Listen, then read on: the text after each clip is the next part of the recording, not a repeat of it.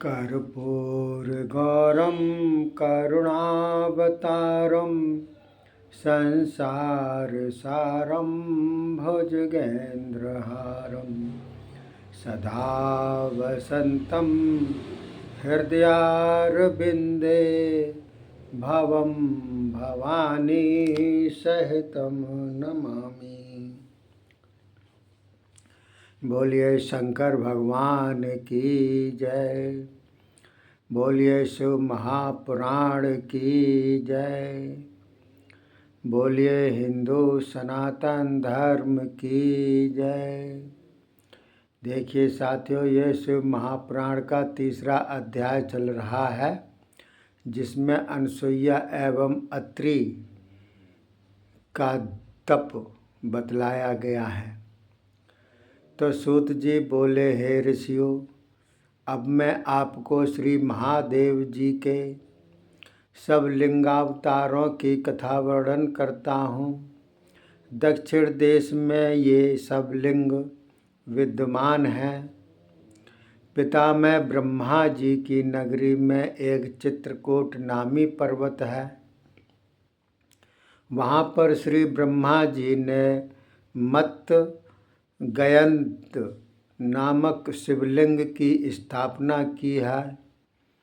उसके द्वारा प्राणियों को सभी प्रकार की संपत्ति प्राप्त होती है। उससे पूर्व दिशा में मनुष्यों के मनोरथ पूर्ण करने वाला कोटिस नाम का शिव लिंग है और पापनाशनी गोदावरी के पश्चिम की ओर पशुपति नामक शिवलिंग है। वहाँ से दक्षिण की ओर लोक हितकार सती श्री अनसुईया जी का आनंद देने वाला अत्रीश्वर लिंग है। यहीं पर ब्रह्मा निराकार सदाशिव ने अपने पूर्ण अंशों से एक चित्त होकर अपना दिव्य स्वरूप दिखाया था। फिर भारी भारी मेघ बरसाकर संपूर्ण प्राणियों को जीवन दान दिया था।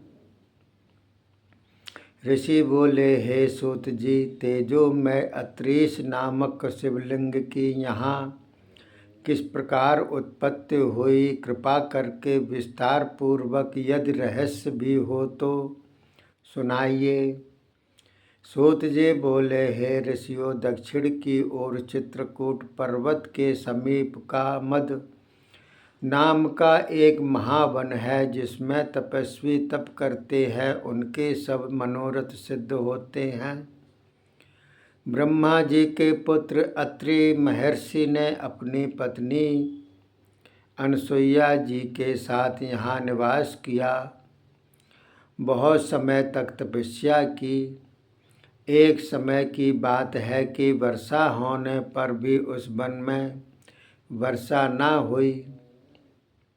इसी प्रकार चलते चलते 100 वर्ष पर्यंत अकाल पड़ गया। अन्न जल का अभाव हो गया।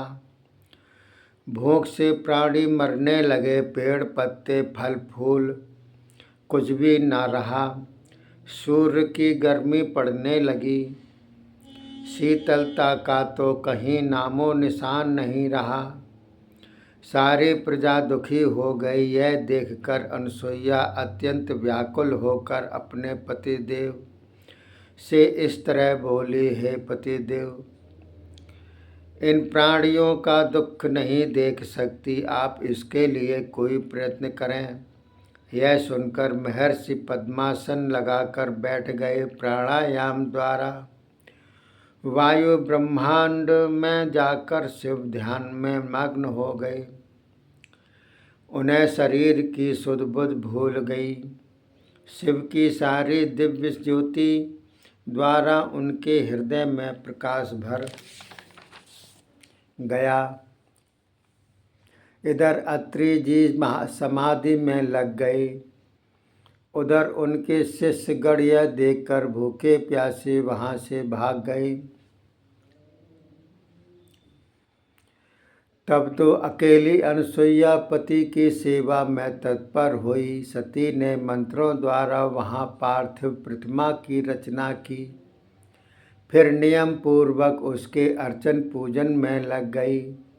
मानस उपचारों के द्वारा पूजन से शिव को प्रसन्न करने लगी। हाथ जोड़कर अपने पति तथा शिव की परिक्रमा नित्य का उसका काम था।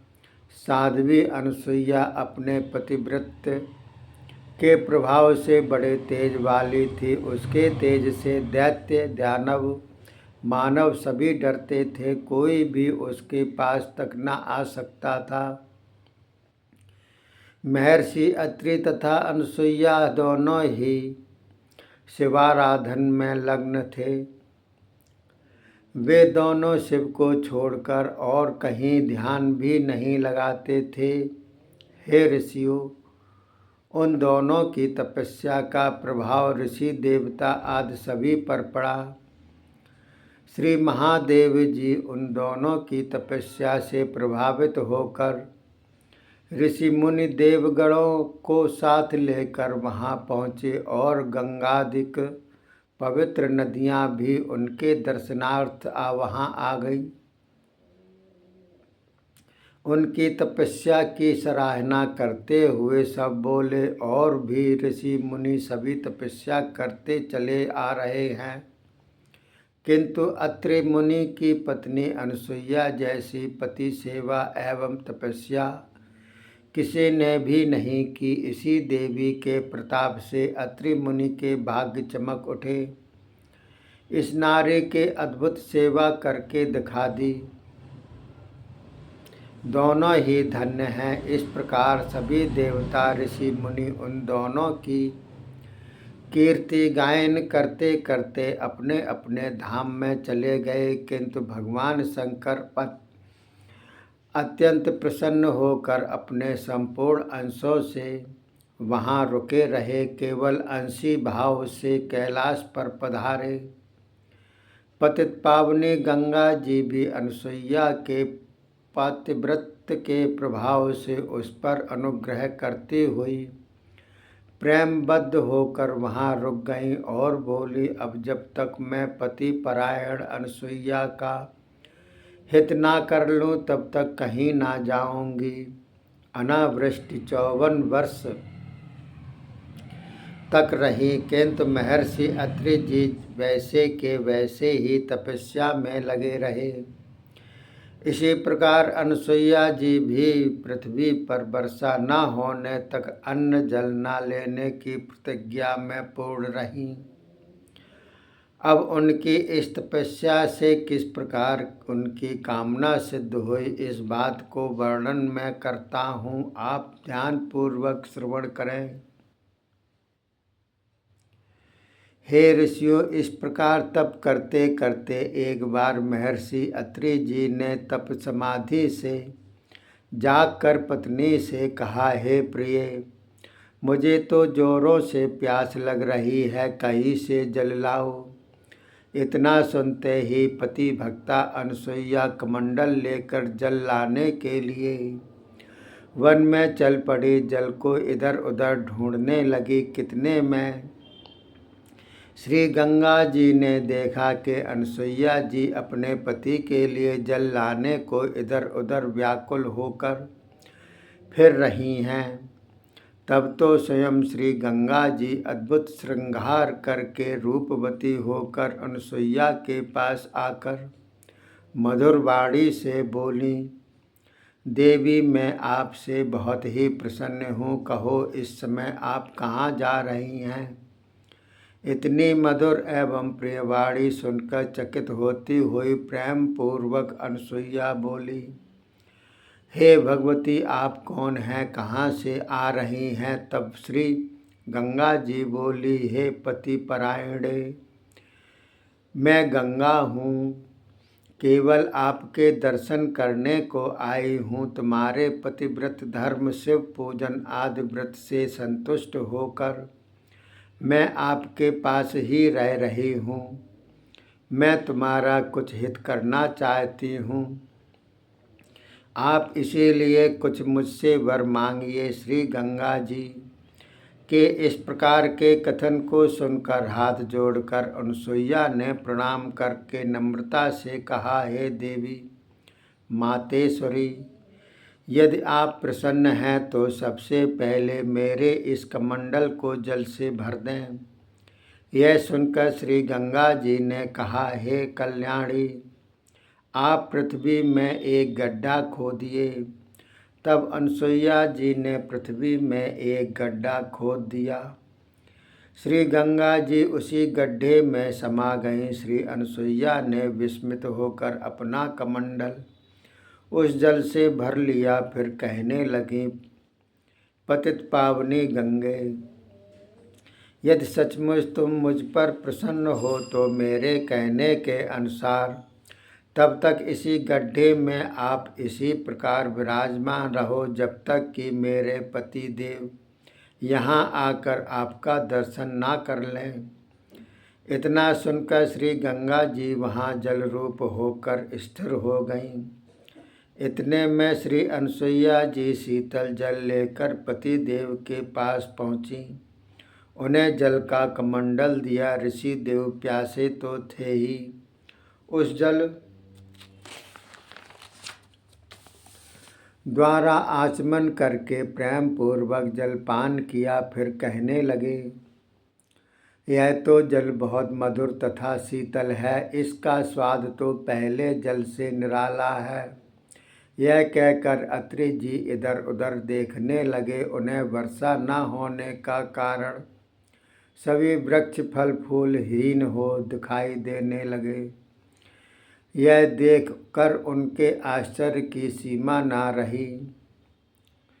फिर पत्नी से बोले, हे प्रिय, क्या अभी तक वर्षा हुई ही नहीं? सुनकर अनुसुईया ने कहा, हे प्राणेश्वर, वर्षा कहाँ? सभी जीव जंतु इसी कारण अत्यंत व्याकुल हैं। पति देव ने कहा, हे प्रिय, यह जल तुम कहाँ से लाई हो? यह सुनकर विचारती हुई साध्वी अनुसुईया बोली, हे पति देव, आपके शिव आराधन से सदाशिव के प्रताप तथा हमारी तपस्या से संतुष्ट होकर श्री गंगा जी यहीं पधारी हैं और इसी आश्रम के पास ही विराजमान हैं। यह परम स्वादिष्ट शीतल एवं मधुर जल उसी का है। यह सुनकर अत्रि जी अत्यंत विस्मित होकर श्री शंकर जी का ध्यान करके बोले, हे प्रिय, तुम्हारे इस कथन पर मुझे तो विश्वास नहीं आ रहा, क्योंकि जिस गंगा जी को देवता मुनि ऋषि कोई भी अपने पास आज तक नहीं ला सका, यहाँ किस प्रकार आ गई, इस बात का संशय मैं किस प्रकार निवारण करूँ।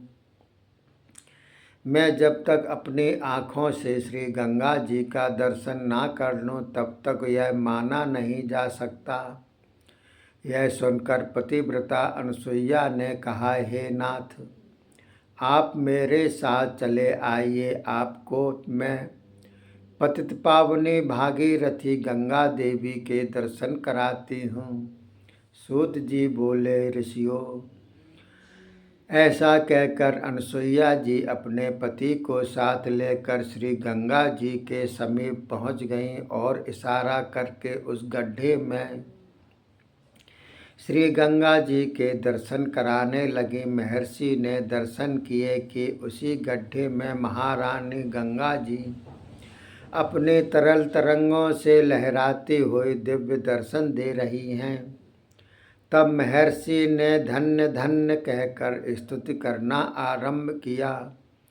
फिर दोनों पत्नियों ने मिलकर गंगा जी स्नान किया।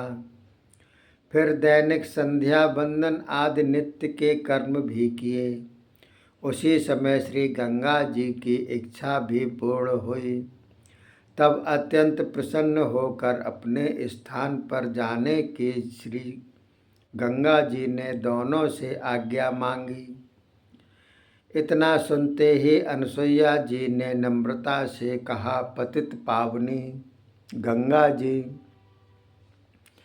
यदि सचमुच मुझ पर प्रसन्न हो तो मेरी इस अभिलाषा को पूर्ण करें। आप इसी तपोवन में विराजें और स्थिर होकर यहीं से आपका प्रवाह चले।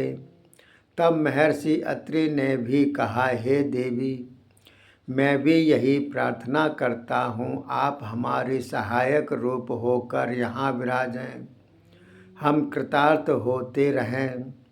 तब श्री गंगा जी ने अनसुईया जी से कहा, यदि आप मुझे अपने आश्रम के समीप ही रखना चाहते हैं तो मेरी भी एक इच्छा पूर्ण करो।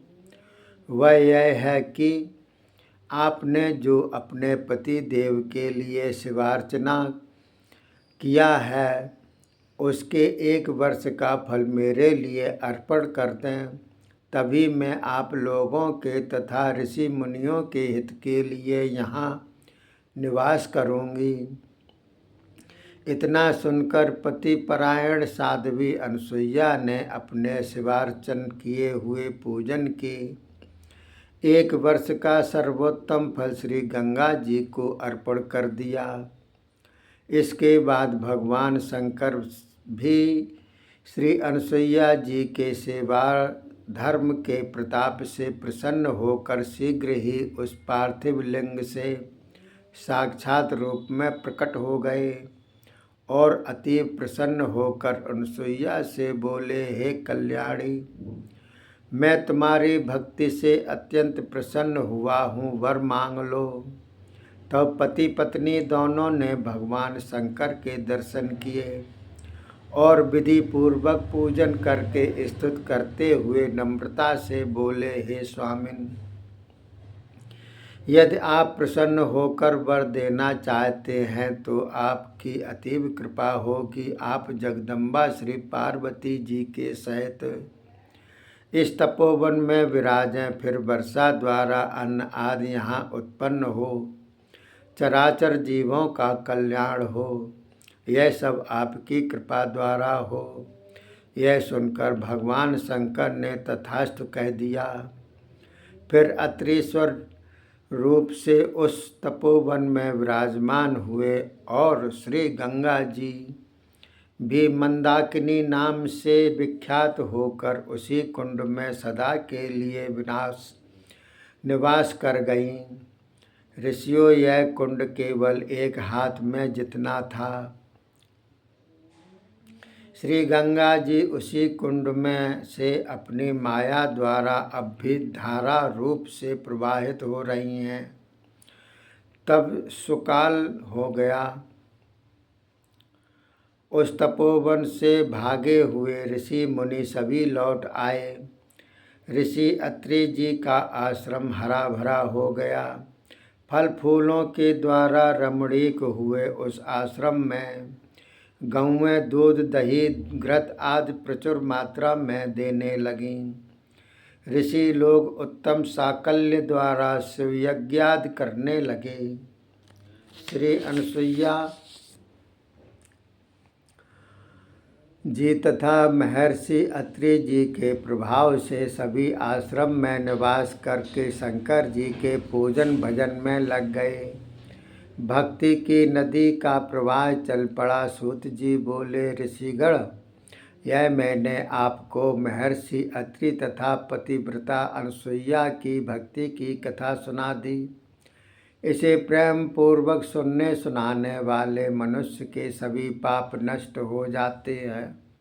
उसे भगवान शंकर की अविलच भक्ति प्राप्त होती है। बोलिए शंकर भगवान की जय। शिव महापुराण की जय। हिंदू सनातन धर्म की जय। अगला 5वां अध्याय चलेगा जिसमें नंदी केसी की महिमा का वर्णन किया गया है। तब तक के लिए धन्यवाद। जय हिंद, जय भारत।